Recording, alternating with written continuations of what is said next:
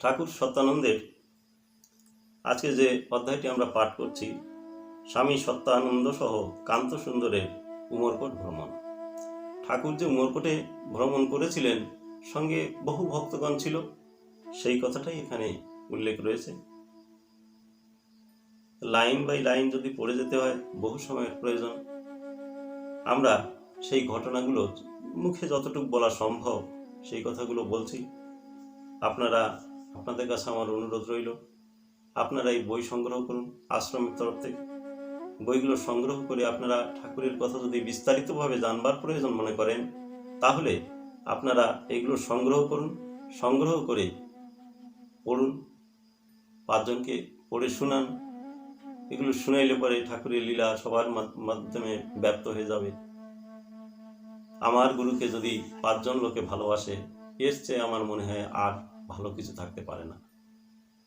আমি তো কতটুকু ভালোবাসি জানি না, কিন্তু আর বাইরের 5টা লোকে যদি আমার গুরুকে বলে যে না, উনি খুব ভালো মানুষ, এই শুনে তো আমার যে কি আনন্দ হয়, এ তো বোঝানো যায় না। আপনারা যারা বোঝেন তারা বুঝবেন। তাই যেন সবাই আমার গুরুদেবকে ভালোবাসেন, সবাই এই মহাপুরুষদের কথা শুনে তাদের জীবন বীণাকে বাঁধুন। জীবন বীণার তারে যদি বারে বারে এই সকল মানুষের সুর বেজে ওঠে, তাদের জীবনটাও মধুময় হবে, নিজের জীবনও মধুময় হয়ে উঠবে। স্বামী সত্যানন্দ সহ কান্ত সুন্দরের অমরকোট ভ্রমণ। এই উমরকোটে ঠাকুর সত্যানন্দ পাখান্জর এসে ভেবেছিলেন যে পাখান্জরের ভক্তদের তো মোটামুটি দর্শন দিলাম, এইবার যারা বিভিন্ন অঞ্চলে ছড়িয়ে রয়েছে দণ্ডকারণ্যের, যেমন উমরকোট জোন, মালকানগিরি জোন, এই ধরনের বিভিন্ন জোন রয়েছে, সেই জোনগুলো যদি আমি ভ্রমণ করতে পারি, তাহলে সকল ভক্তদের সঙ্গে আবার আমার মিলন হবে। তাই ঠাকুর বেরিয়ে পড়লেন উমরকোট। উমরকোটে বহু লোক জিরাট ক্যাম্পে, রানাঘাট ক্যাম্পে, বিভিন্ন ধুবুলিয়া ক্যাম্পে, বিভিন্ন ক্যাম্পে ছিলেন। ঠাকুর যেখানে যেতেন, ঠাকুর এই সব ক্যাম্পে যে নাম প্রচার করেছেন, সকলের সঙ্গে মিশেছেন, সকলকে মনের কথা বলেছেন, সকলকে উৎসাহ উদ্দীপনা দিয়েছেন যে তোমরা যাও, সব ডাকে যাও, আমি যে তোমাদের খুঁজে বের করে নেব। তাই ঠিক তেমনি সেই কারণে ঠাকুর 1969 সালে তিনি বেরিয়ে পড়লেন অমরকোট। এপ্রিল মাস। ঠাকুর উমরকোট ঘুরে এসে পৌঁছলেন ছাতাবেড়া গ্রামে। সেখান থেকে ভাসুন্ডি গ্রাম, পাশাপাশি গ্রাম তো কুমলি গ্রাম, সরগুলি গ্রাম, এই ধরনের বহু গ্রামে তিনি ঘুরলেন। ঘুরে অবশেষে আসলেন কোথায়? 3 নম্বর কাসনাপাড়ায়। 3 নম্বর কাসনাপাড়ায় সেই জিরাট ক্যাম্পের থেকে তার প্রিয় ভক্ত ছিলেন শ্রী চৈতন্য সরকার মহাশয়। আমাদের প্রণাম্য হোক, যেহেতু তিনি এই গ্রামের প্রথম ভক্ত, সেই প্রথম সারির ভক্ত তিনি ক্যাম্পের থেকে দীক্ষা নিয়ে এসেছিলেন। তার আগ্রহে এই গ্রামে বহু শিষ্য হয়েছে ঠাকুরের। পরবর্তীতে দেখা যায় ঠাকুর এসে উঠলেন তার বাড়িতে। এখানে তো চলার সাধন তখন কিছু ছিল না, তাই ছাতাবেড়ায় নারায়ণ হীরা বলে ঠাকুরের প্রিয় ভক্ত, সেই নারায়ণ হীরার 2টো বড় বড় গরু ছিল। সেই গরু দিয়ে গাড়ি তৈরি করে, সেই গরুর গাড়িতে করে ঠাকুরকে নিয়ে এক গ্রাম থেকে অন্য গ্রামে যাওয়া হতো। এই হলো ঠাকুরের রথ। তখন তো চলার সাধন নেই, আর ঠাকুরকে যদি এক গ্রাম থেকে আরেক গ্রামে হাঁটিয়ে নেওয়া হয়, ভক্তদের মনে এই ব্যথা সহ্য হয় না, তাই তারা এই ব্যবস্থা নিলেন। যা হোক, সেই সকট যোগে ঠাকুর ছাতাবেড়া ভাসুন্ডির থেকে চলে এলেন 3 নম্বর কাসনাপাড়া গ্রামে চৈতন্য সরকারের বাড়িতে। ঠাকুরের আগমনে খুব একটা আনন্দের হিল্লোল ছড়িয়ে পড়ল। সঙ্গে যে কয়জন রয়েছেন, যেমন বীরানন্দ ব্রহ্মচারী, শ্রী নীলকান্ত গোস্বামী, শৈলেন মহেন, জনার্দন, ফেলারাম কবি, যে অন্ধ কবি ফেলারাম, তারপর শ্রী নলিনী, কপিলানন্দ ব্রহ্মচারী, এই সব মানুষগুলো মানে মূল্যবান মানুষ, দণ্ডকারণ্যের মূল্যবান মানুষ যাদেরকে বলা হয়, ঠিক সেই মূল্যবান মানুষগুলো ঠাকুরের সঙ্গে রয়েছেন। এরা এক এক কাজে পারদর্শী। যেমন এই যে পার্শ্বদগণ, শ্রী নীলকান্ত, শ্রী শৈলেন, শ্রী নলিনী, শ্রী জনার্দন, স্বামী কপিলানন্দ, শ্রী মহেন, ফেলারাম, চারণ কবি। শৈলেন, মহেন, শ্রী ফেলা গান শুনিয়ে মানুষকে মুগ্ধ করেন। এক একজনের এক এক শক্তি থাকে। এই গানের শক্তি ছিল এই তিনজনের, শ্রী শৈলেন, শ্রী মহেন, শ্রী ফেলা। আজও সেই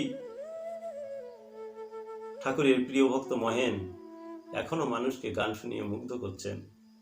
বৃদ্ধ হয়েছেন, তবুও সেই ঠাকুরের যে জোরের মানুষ, ঠাকুরের সঙ্গের মানুষ, তাই সব গ্রামে গ্রামে ঘুরে তিনিও আনন্দ দান করছেন আজও। তাদের কণ্ঠে বিচ্ছেদ গান শুনলে সেই শ্যামহারা বিচ্ছেদ আগুন সহস্র গুণ হয়ে ভক্ত প্রাণে ভেসে ওঠে। আর সেই সঙ্গে সঙ্গে ঠাকুর তার সুমধুর কণ্ঠে কৃষ্ণ কথা শুনিয়ে মানুষকে মুগ্ধ করতেন। ভাবে ভক্তগণ মূর্ছিত হয়ে পড়ত। ঠাকুর শ্রী নীলকান্ত গান রচনা করতেন। কোনো কোনো সময় ঠাকুর বলতেন, নীলু একটা গান এক, সঙ্গে সঙ্গে তিনি লিখে যেতেন, সঙ্গে সঙ্গে তা গাওয়াও হয়ে যেত। এই যে কেমন একটা বাজার, ঠাকুর সত্যানন্দের বাজার, এ বাজার বড় মধুময় বাজার ছিল। এ কি ভাবধারায় চলতো এ বুঝে পারা যায় না, বুঝানো যায় না। শুধু আনন্দ আর আনন্দ, এর মধ্যে ছিল খালি আনন্দ। সেই দিন যেদিন আসলেন সেদিন রাত্রেবেলা শুয়ে আছেন সকল ভক্তরা। সরকারি টিনের ঘর, একখানা ঘর, সেই ঘরে সবাই শুয়ে আছেন। রাত্রেবেলা, তখনকার দিনে খুব দেখা যেত ছাড় পোকায় কামড়াতো। রাত্রেবেলা শুলে পরে ওই কুটকুট করে কামড় দেওয়ার তালেই থাকতো।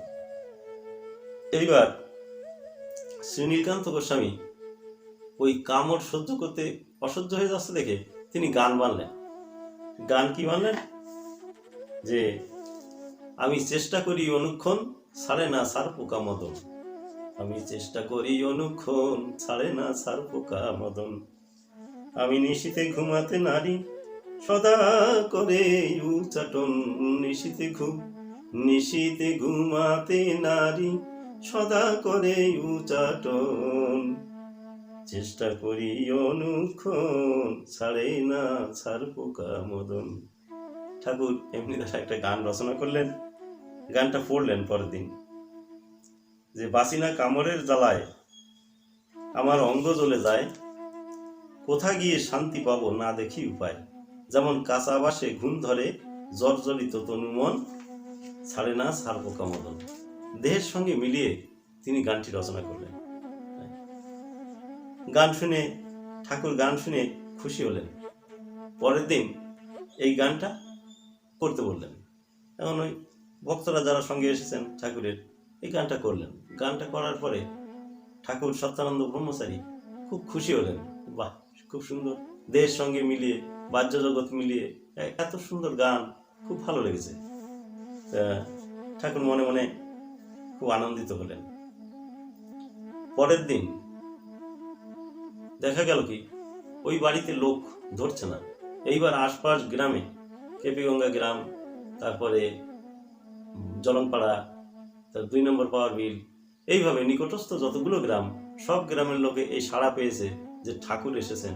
তখন তো মানুষের মন একদম উদ্বিগ্ন, এই দেশে হয়তো বাস করা যাবে না, এই দেশে থাকা যাবে না। এই যে মানুষের মনে একটা উড়ো বাই ছিল, ঠিক সেই মুহূর্তে ঠাকুর এসেছেন। তাই ঠাকুরকে পেয়ে, আর তো কোনো ঠাকুর তখন আসে নাই, তা এই ঠাকুরকে পেয়ে সকলের মন যেন খুব আপন ভেবেছে ঠাকুরকে।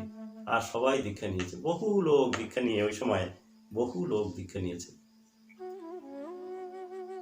তাই ঠাকুর পরের দিন কি করলেন, গোবিন্দ মণ্ডল, ঠাকুরের প্রিয় ভক্ত গোবিন্দ মণ্ডলের বাড়িতে তিনি বললেন যে কাজ কর, সবাই মিলে কিছু কিছু করে চাঁদা উঠা। তখন তো অভাবের মানে রমরমা চলছে, অভাব চারিদিকে, যেদিকে তাকানো হয় সেই দিকেই অভাব। তবুও সেই অভাবের মধ্য দিয়ে সবাই কিছু কিছু দিয়ে সেই মহোৎসব করলেন গোবিন্দ মণ্ডলের বাড়িতে। কি আনন্দ, কি আনন্দ! ঠাকুর তার মনের কথাগুলো, তাই না, ভাবের মধ্য দিয়ে ভক্তদের জানিয়ে যাচ্ছেন যে কিভাবে ঠাকুরকে পাওয়া যায়, কিভাবে ঠাকুরকে মানতে হয়, কিভাবে সংসারকে মধুময় করা যায়। ঠাকুর এই সকল উপদেশ বহু দিলেন এবং তিনি কি করতেন, একটুখানি নিজে আলোচনা করেই বলতেন, নীলু, নীলু অর্থাৎ নীলকান্ত গোস্বামী, নীলু কিছু কিছু বলো। আদেশ পাওয়ার সঙ্গে সঙ্গেই ঠাকুরের নীলু মানে প্রস্তুত, উঠেই উনি জয় জয় বিশ্ব সুখ সত্যানন্দ প্রেমানন্দে ধ্বনি দিয়ে তখন কি করতেন, ওই আলোচনা করতেন। এই আনন্দের মধ্যে কয়েকদিন কেটে যাওয়ার পর যখন ঠাকুর বিদায় নিয়ে চলে যাচ্ছেন এখান থেকে, তখন এখানকার ভক্তগণ, কাসনাপাড়ার ভক্তগণ সব অধীর হয়ে উঠেছে। তাদের মনে জেগে উঠেছে সেই কবিতার ছন্দ, সহে না প্রাণে ওগো আসিয়া চলিয়া যাওয়া, পাওয়ার চেয়ে ভালো ছিল যে পথ চাওয়া। আজকে তোমার জন্য আমরা পথ চেয়ে বসেছিলাম, সেইটাই ভালো ছিল প্রভু। তুমি যে এসে চলে যাচ্ছ, এই বেদনা যে সহন যাচ্ছে না, সহ্য করা কষ্ট হয়ে যাচ্ছে প্রভু।